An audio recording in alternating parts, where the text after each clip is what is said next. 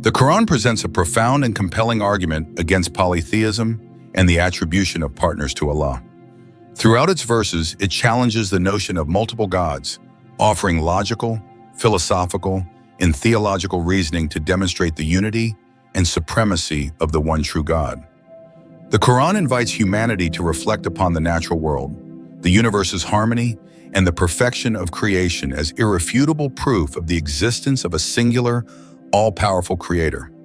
With unparalleled eloquence, the Quran emphasizes that Allah is free from any needs, imperfections, or fears of extinction, qualities that would make the concept of a son or partners impossible for him.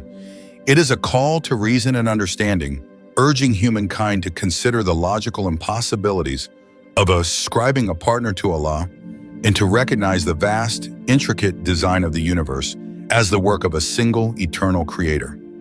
As mentioned in earlier videos, Allah has created a successive authority on earth, namely Adam and his progeny, human beings. In the name of Allah, God, the most gracious, the most merciful.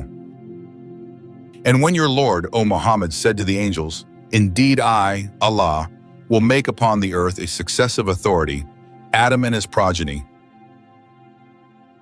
This successive authority carries with it responsibility. The main part of this responsibility is never to associate partners in divinity with Allah.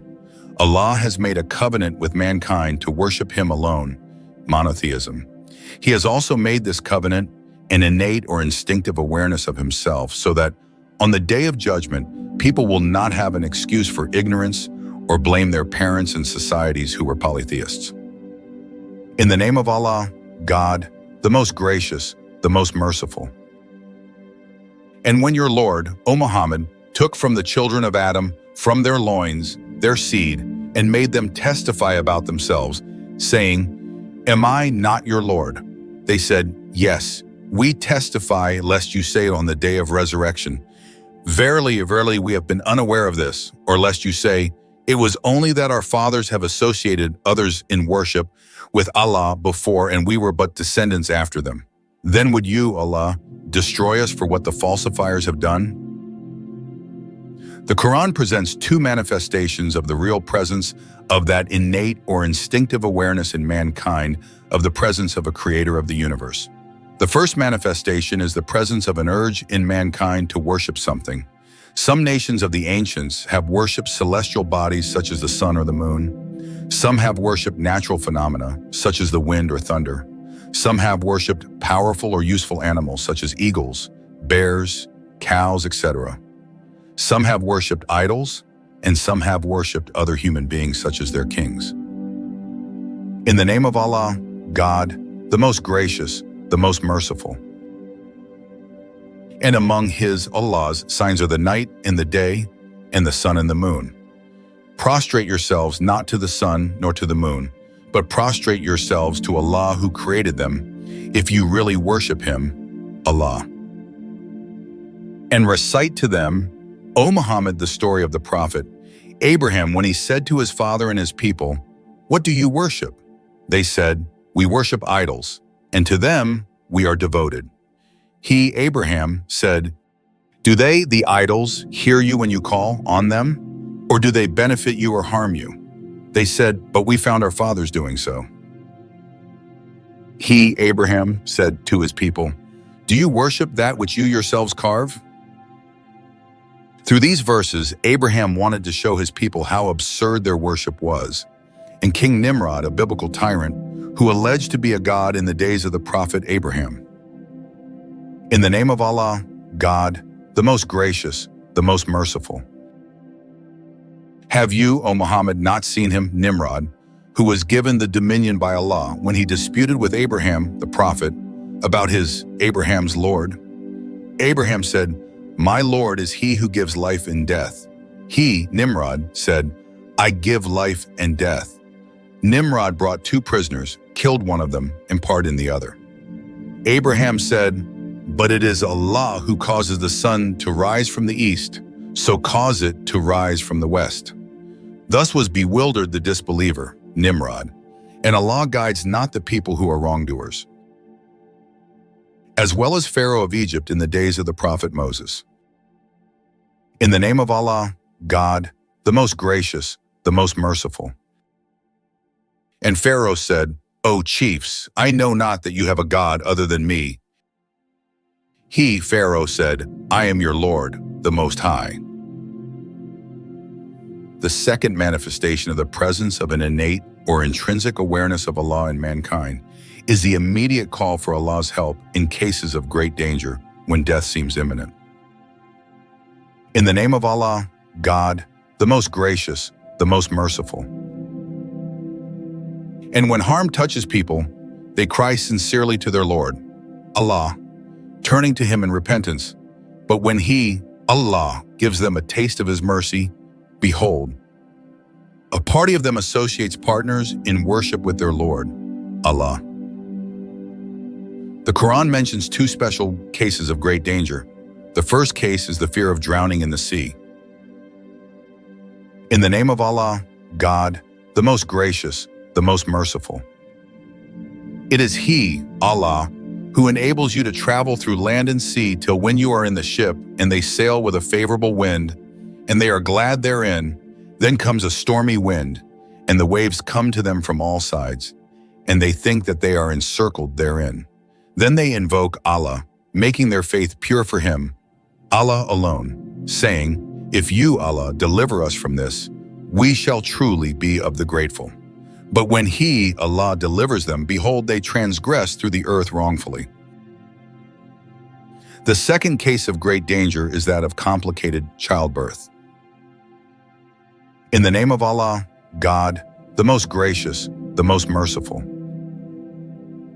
It is He, Allah, who created you from a single person, Adam, and made his mate of like nature so that he might dwell in tranquility with her. When he had sexual relations with her, she conceived, carrying a light load, and her pregnancy progressed normally.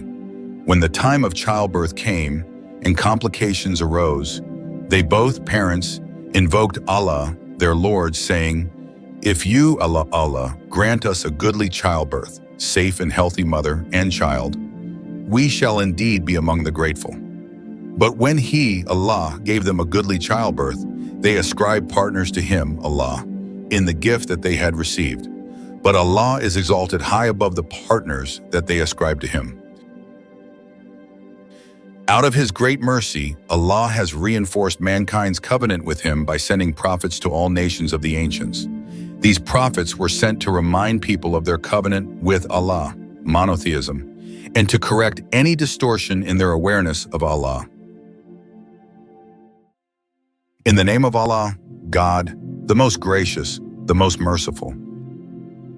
And verily, we, Allah, have sent among every nation a messenger proclaiming, Worship Allah alone and avoid false deities. For Allah did not want the polytheists to have any basis on which to plead that their actions were done in ignorance. In the name of Allah, God, the most gracious, the most merciful. Messengers as bearers of good news and as warners, in order that mankind will have no plea against Allah after the coming of messengers. The Quran considers polytheism, associating others with Allah in His divinity, to be the greatest sin, a mighty wrong, and a mighty injustice. In the name of Allah, God, the most gracious, the most merciful. Verily, joining in worship others with Allah is a mighty injustice. Verily, Allah forgives not the sin of associating others in His divinity, and forgives anything besides that to whomsoever He wills. And whoever associates others with Allah in His divinity has indeed strayed far away. The Quran challenges the reasoning of the polytheists by asking how they associate partners with Allah from His creation, while they themselves would not accept partners from their slaves or servants to share in their wealth equally. In the name of Allah, God, the most gracious, the most merciful. Allah sets forth for you, polytheists, a parable from your own selves. Do you accept to have partners among those whom your right hands possess, your slaves, to share as equals in the wealth that we, Allah, have bestowed on you, and whom you fear as you fear each other within a partnership? Thus do we, Allah, detail the verses for a people who use reason. This parable highlights the irrationality of polytheism, encouraging reflection and reasoning. The Quran poses a thought-provoking question to the polytheists. In the name of Allah, God, the most gracious, the most merciful. Are many lords differing among themselves better, or Allah, the One, the Almighty? To answer this question, the Quran presents the following parable. In the name of Allah, God, the most gracious, the most merciful. Allah puts forth a parable, a man belonging to many partners at variance with each other, and a man belonging entirely to one master. Are those two men equal in comparison? Praise be to Allah, but most of them have no knowledge. The meaning of the parable of the above verse. The man with many masters, he will live in a state of exhaustion because he receives numerous, often contradictory commands, and must strive to please all his masters. The man with one master, he will live more comfortably as he receives a single command and has only one master to please. This parable illustrates that it is in the interest of mankind to have only one God, Allah, rather than many gods. The Quran poses several questions to the polytheists to challenge their beliefs. Present your proof of partners to Allah in His divinity. In the name of Allah, God, the most gracious, the most merciful. Is there any God besides Allah, say, O Muhammad to the polytheists? Bring forth your proof if you are truthful. Name those partners, or are you informing Allah about partners to Him that He knows not? In the name of Allah, God, the most gracious, the most merciful. And they, the polytheists, have associated partners with Allah. Say, O Muhammad, name them, or do you polytheists inform him, Allah, of that which he knows not? He, Allah, has created the heavens without pillars that you see, and has set on the earth firm mountains lest it would shake with you. And He, Allah, has scattered therein moving living creatures of all kinds. And we, Allah, have sent down water, rain, from the sky. And we, Allah, cause plants of every noble kind to grow therein. This is the creation of Allah, so show me what those whom you worship, besides Him, Allah, have created. Are the creations of these partners like Allah's creations? In the name of Allah, God, the most gracious, the most merciful. Or do they, the polytheists, associate to Allah partners who created the like of His, Allah's creation, so that both creations seemed alike, and this has confused them? Say, O Muhammad, Allah is the creator of all things, and He is the one, the vanquisher. Mankind, especially the polytheists, fail to grasp the magnitude and glory of Allah. They do not comprehend the high position of the Lord of the universe, nor do they understand how insignificant the beings they associate with Allah are in comparison to the Creator. Comparison between the Creator and the created. In the name of Allah, God, the most gracious, the most merciful. Is He, Allah, who creates like those who create nothing? Do you polytheists not understand even this much? Do they, the polytheists, associate with Allah in His divinity, those who create nothing, and they are themselves created? This highlights that there is no comparison between Allah's greatness and the insignificance of those whom the polytheists associate with Allah in worship. Failure to appraise Allah's true greatness. In the name of Allah, God, the most gracious, the most merciful. They, the polytheists, have not appraised Allah with true appraisal. This emphasizes that the polytheists have failed to understand Allah's true worth and the reverence He deserves. The rebellion against Allah's dignity. In the name of Allah, God, the most gracious, the most merciful. What is the matter with you, polytheists, that you do not attribute to Allah due grandeur? This emphasizes that the polytheists have failed to understand Allah's true worth and the reverence he deserves. The Quran addresses those who claim that Allah has begotten a son, emphasizing the magnitude of their error. The heavens, earth, and mountains in shock. In the name of Allah, God, the most gracious, the most merciful. And they have said, the most gracious, Allah, has begotten a son. Indeed, you have brought forth a terrible evil thing. Almost the heavens are torn and the earth is split asunder, and the mountains fall in ruins, that they ascribe a son to the most gracious, Allah. For it is not suitable for the most gracious, Allah, that he should beget a son. There is none in the heavens and the earth, but comes unto the most gracious, Allah, as a worshipper. Verily, he, Allah, has taken an account of them all, and has numbered them all exactly, and every one of them will come to him, Allah, singly on the day of judgment.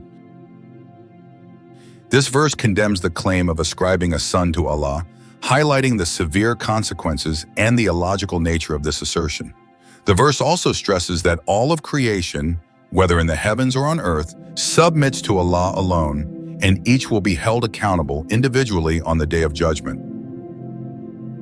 The lie of those who claim Allah has a son. In the name of Allah, God, the most gracious, the most merciful. And to warn those who say Allah has begotten a son, no knowledge have they of such a thing, nor had their fathers. A mighty sin is that word that comes out of their mouths, that Allah has begotten a son. They utter nothing but a lie. These verses serve as a strong condemnation of polytheism and the false attribution of human qualities or relationships to Allah, reinforcing his oneness and transcendence above any comparison or association. The Quran addresses the claim that Allah has a son as a grave and baseless lie. This assertion is deemed not just false, but an enormous sin and a distortion of truth, as it lacks any rational or scriptural foundation. Allah's freedom from the need for a son. Allah is free of all needs. The idea of a son in human terms is often tied to the notion of need or dependence. However, Allah is free from any form of need. He is self-sufficient and does not require offspring for any reason. In the name of Allah, God, the most gracious, the most merciful. They have said, Allah has taken a son, exalted and glorified is he. He is the rich, free of all needs, self-sufficient. To him belongs all that is in the heavens and all that is on the earth. Do you have any evidence for this claim, that Allah has a son? You speak about Allah what you do not know. This verse emphasizes that Allah is free from any need for a son. He is the self-sufficient creator, and everything in the heavens and earth belongs to him. In the name of Allah, God, the most gracious, the most merciful. And they have said, Allah has begotten a son, exalted and glorified is he. Rather, to him belongs all that is in the heavens and on the earth, and everything renders worship to him, the originator of the heavens and the earth. When he decrees a matter, he only says to it, be, and it is. This verse again refutes the claim that Allah has begotten a son, reaffirming that Allah alone is the creator of everything and that he is free from any need or dependence on others. His will is executed with a single command, be, and it is so. Allah has no fear of extinction. Unlike human beings who may desire offspring for the sake of legacy or continuity, Allah is eternal and immune to the fear of extinction. His existence is eternal and unchanging. In the name of Allah, God, the most gracious, the most merciful. All that is on it, earth, will perish, and the face of your Lord, full of majesty, bounty, and honor, will remain forever. This verse underscores the eternal nature of Allah, indicating that everything in the universe is perishable except for the face of Allah, which remains forever. In the name of Allah, God, the most gracious, the most merciful.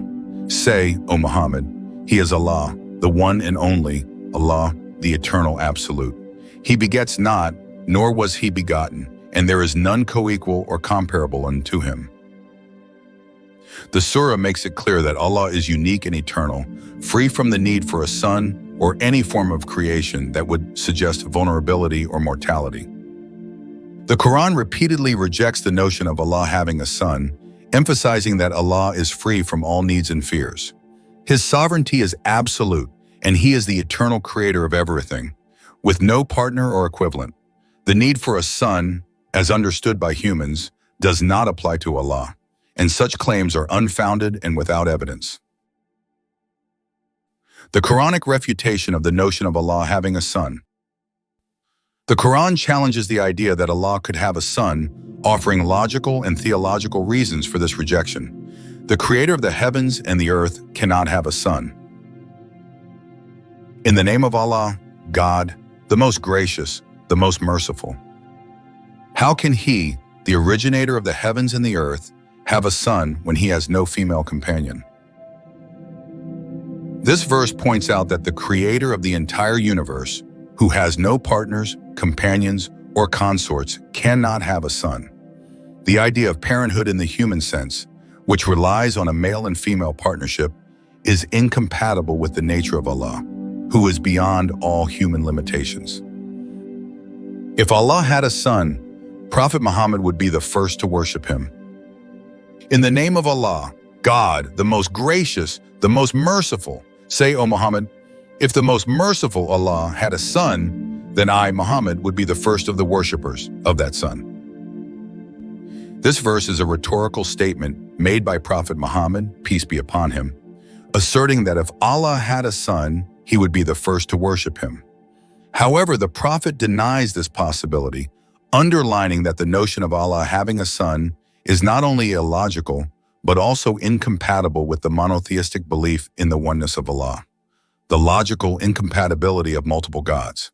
The Quran presents several arguments to illustrate why the idea of multiple gods is illogical and leads to contradictions in the natural order of the universe. Corruption and chaos in creation. In the name of Allah, God, the most gracious, the most merciful. Had there been in the heavens and the earth gods beside Allah, then both the heavens and the earth would have become corrupt. So glorified is Allah, the Lord of the throne, from what they, the polytheists, describe. The verse asserts that if there were multiple gods, the universe would be in a state of chaos and corruption. This is because the presence of competing deities, each with their own desires and objectives, would lead to constant conflict, making the natural order unsustainable. The harmony we witness in the universe is a testimony to the fact that there is only one creator, Allah. Conflict among gods. In the name of Allah, God, the most gracious, the most merciful. Say, O Muhammad, if there had been other gods with him, Allah, as they, the polytheists, say, then they, the other gods, would certainly have sought out a way to get to the throne holder, Allah. Glorified and exalted is He, Allah, from what they are saying, a great exaltation. This verse emphasizes that if there were other gods, they would compete for power and dominance. They would seek to overcome each other, but this is not the reality. Allah alone is the sovereign ruler, and the idea of multiple gods seeking a way to reach the throne is absurd. The verse highlights the inconsistency and logical impossibility of the belief in multiple deities. Conflict among gods over their creations. In the name of Allah, God, the most gracious, the most merciful. Allah has not taken any son, nor has there ever been any god with Him.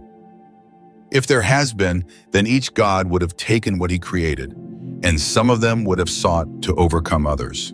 Exalted is Allah above what they describe.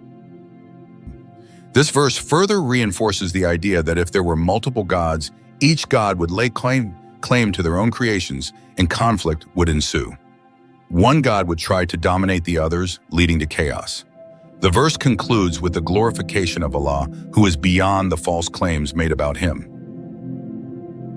The perfection and balance of Allah's creation. The Quran invites us to reflect on the harmony and balance inherent in the creation of the universe. offering this as evidence of the existence of the one Creator, Allah. Several verses speak to this. No fault in Allah's creation. In the name of Allah, God, the most gracious, the most merciful. You can see no fault in the creation of the most merciful, Allah. Then look again. Can you see any rifts? Then look again and yet again. Your sight will return to you in a state of humiliation and worn out. In this verse, Allah challenges us to examine His creation closely and repeatedly.